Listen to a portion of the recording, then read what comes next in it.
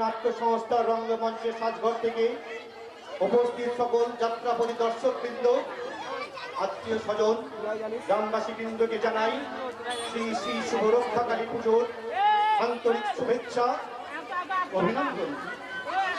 সর্বাগ্রে শ্রী শ্রী রক্ষাকালী মায়ের চরণ বন্দনা করে যুগাবতার ঠাকুর পরম পুরুষ শ্রী রামকৃষ্ণ পরমহংসদেব, পরমা প্রকৃতি মা সারদা দেবী, নাট্যাচার্য গিরিশচন্দ্র ঘোষ ও নটিকুলো সামগ্রী বিনোদিনী দাসী আশীর্বাদ মাথায় এনে এবং আগত আপনাদের সবার ঐকান্তিক সহযোগিতা পাথেয় করে শুরু করতে চলেছি পাঁচডাঙ্গা যুব নাট্য সংস্থা পরিবেশিত এবং পাঁচডাঙ্গা গ্রামবাসী বৃন্দ পরিচালিত এক অশ্রু সজল সামাজিক যাত্রাপালা সন্তান রক্তে মাতৃপূজা।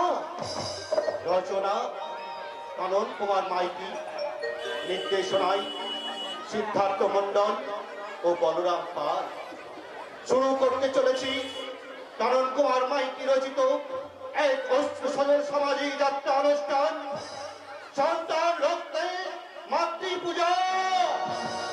সন্তান রক্তে মাতৃপূজা, সন্তান রক্তে মাতৃপূজা।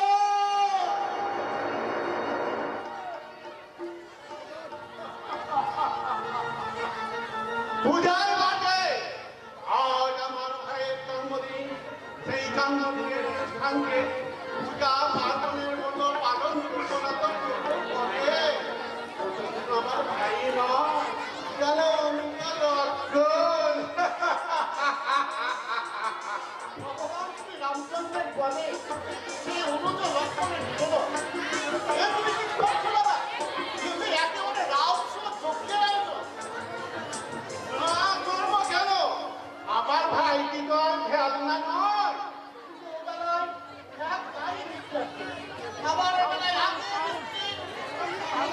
বেলায় খাওয়া হবে। ওরে সোনা, আমার এই মিষ্টি ভাইটির জন্য আমি মিষ্টিতে মিষ্টিতে ভরিয়ে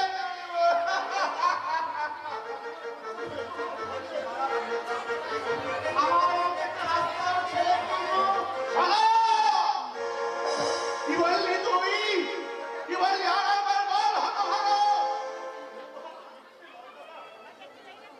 তুমি আমাকে রাস্তা থেকে তুলে এনে নিজের ছোট ভাইয়ের মতো লেখাপড়া শিখিয়ে মানুষের মতো মানুষ করেছি। সমস্ত কারবারের পাওয়ারও বেতন দিয়ে তোকে বসিয়েছি চালকের আসলে। তারপরেও তুমি এই কথা ভাবলি?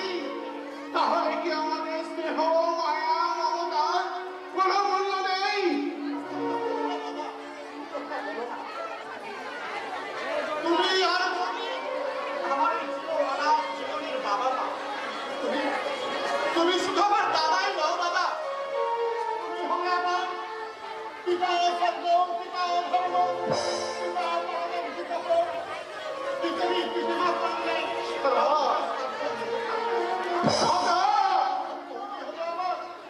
জননীর জন্ম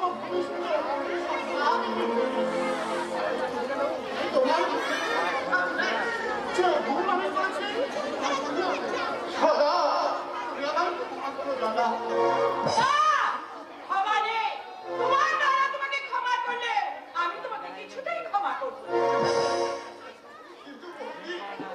অপরাধী জানিও না, কিবা তার অপরাধ বিচার হয়ে গেছে। না,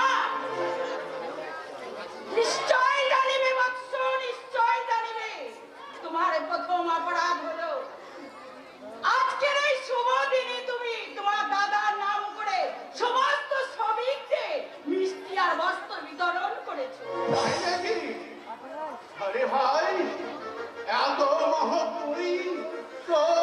দ্বিতীয় অপরাধ হলো তুমি আমার জন্য এনেছো এক গুচ্ছ সীতাহার।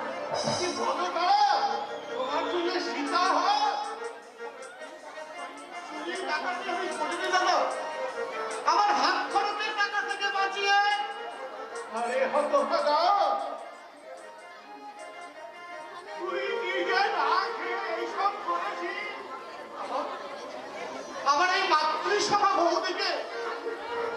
আমি আমি যদি তোমার বাবাকে ঠাকুরপো, বলো বলো দাদা বলো এটা কেন বললাম সে বিচারটা উপরে ওই ভগবান আর এই সম্মুখে হাজার হাজার বড় দেবতা এরাই করবেন হ্যাঁ তারা এখন এর শুভ জন্মদিনের পায়েসটা ওকে খাইয়ে দাও হ্যাঁ নিশ্চয় খাবো।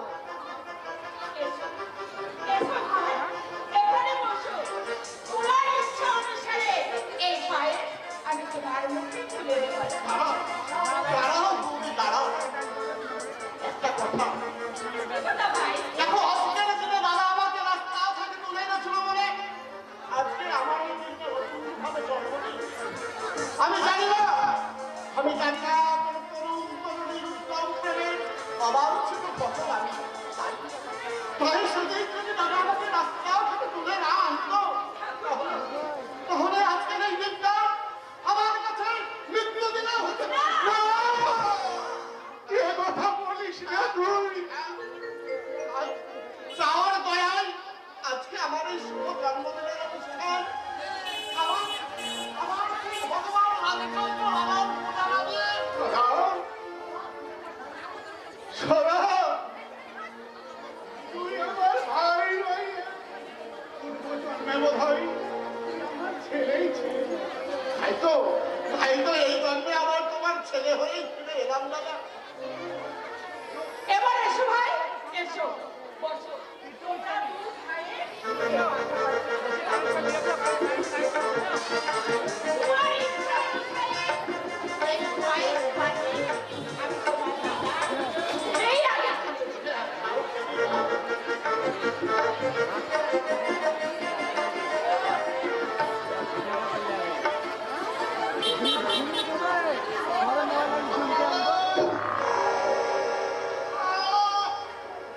দাদা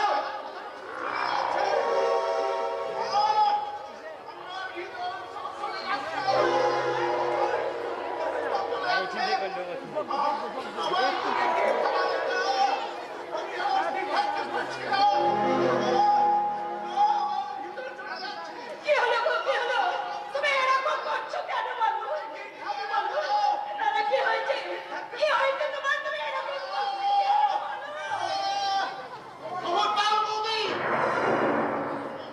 তুমি আমার দাদাকে ঠাকুরপো, কি বলছো তুমি?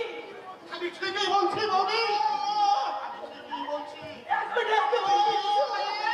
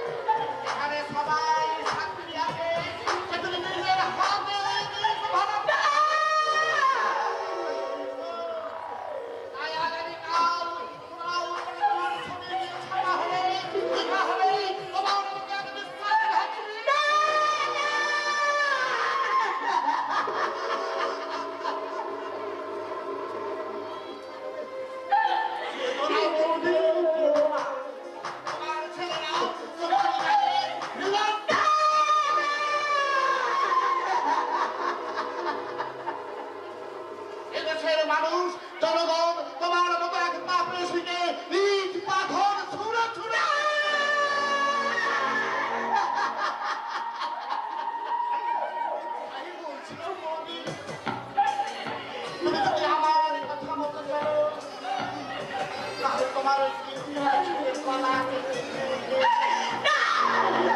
আলোর সাথে ঘুরিয়ে দিয়ে তোমার সব পাপে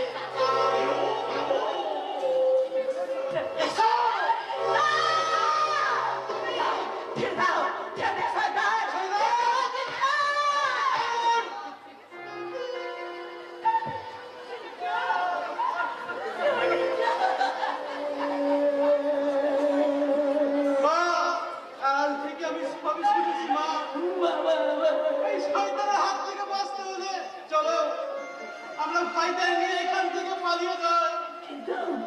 কিন্তু সূর্য তোর বাবার সৎকার বাবা সৎকার করতে গেলে এই শয়তানরা যে ওদের কাউকে বাঁচতে দেবে না মা। কিন্তু তোদেরকে আমি কোথায় যাবো বাবা? আমি কি করবো? আমি তোদের কি খাবো বলতে পারিস বাবা? যেদিকে দুজন যায় যাদের কেউ নেই তাদের ভগবান আছে মা। সূর্য বাবা কিন্তু তোরা যে তিনটে ছোট্ট ছেলে, তোরা আমি কি করবো বলতে পারিস বাবা? সে চিন্তা আমি করবো। এই ছন্দের ছোট হতে পারে কিন্তু আমি তো ছোট নই, আমি মোট করবো।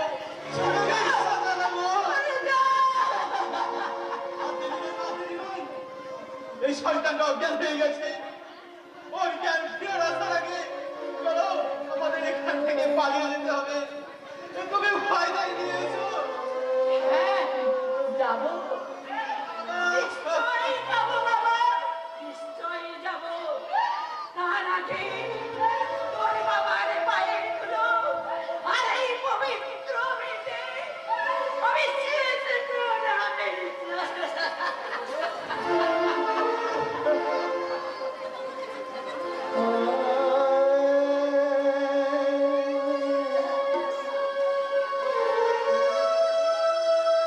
বাবার পা ছুঁয়ে চিন্তা করছি যে তোমার ভাই সুখে শান্তিতে আমি কাটতে বিশ্বাস দিয়ে আমি তোমার তোমাকে ছেড়ে তোমার এই পবিত্র মেতে ছেড়ে আমি চিরদিনের মতো চলে যাচ্ছি। তুমি আমাকে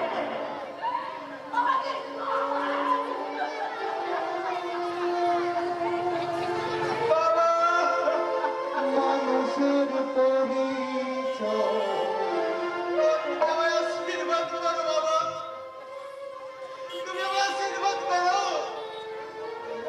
আমি যেন ভয় নেই লেখাপড়া শিখে মানুষের মতো মানুষ করতে পারি বাবা। তুমি আমায় আশীর্বাদ করো। ওই শয়তান তোমাকে মেরে মায়ের যে অসম্মান করেছে ওই শয়তানের মুখে তালে না আমি করবো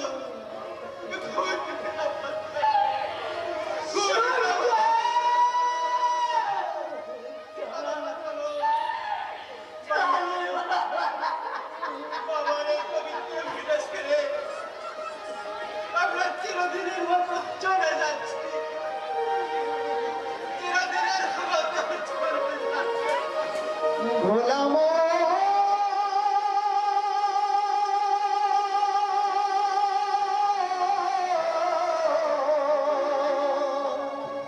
মন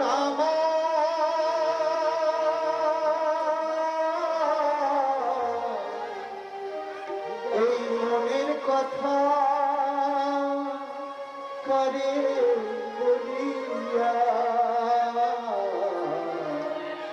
এমন করে ছিল কেন একটা রাতার এমন করে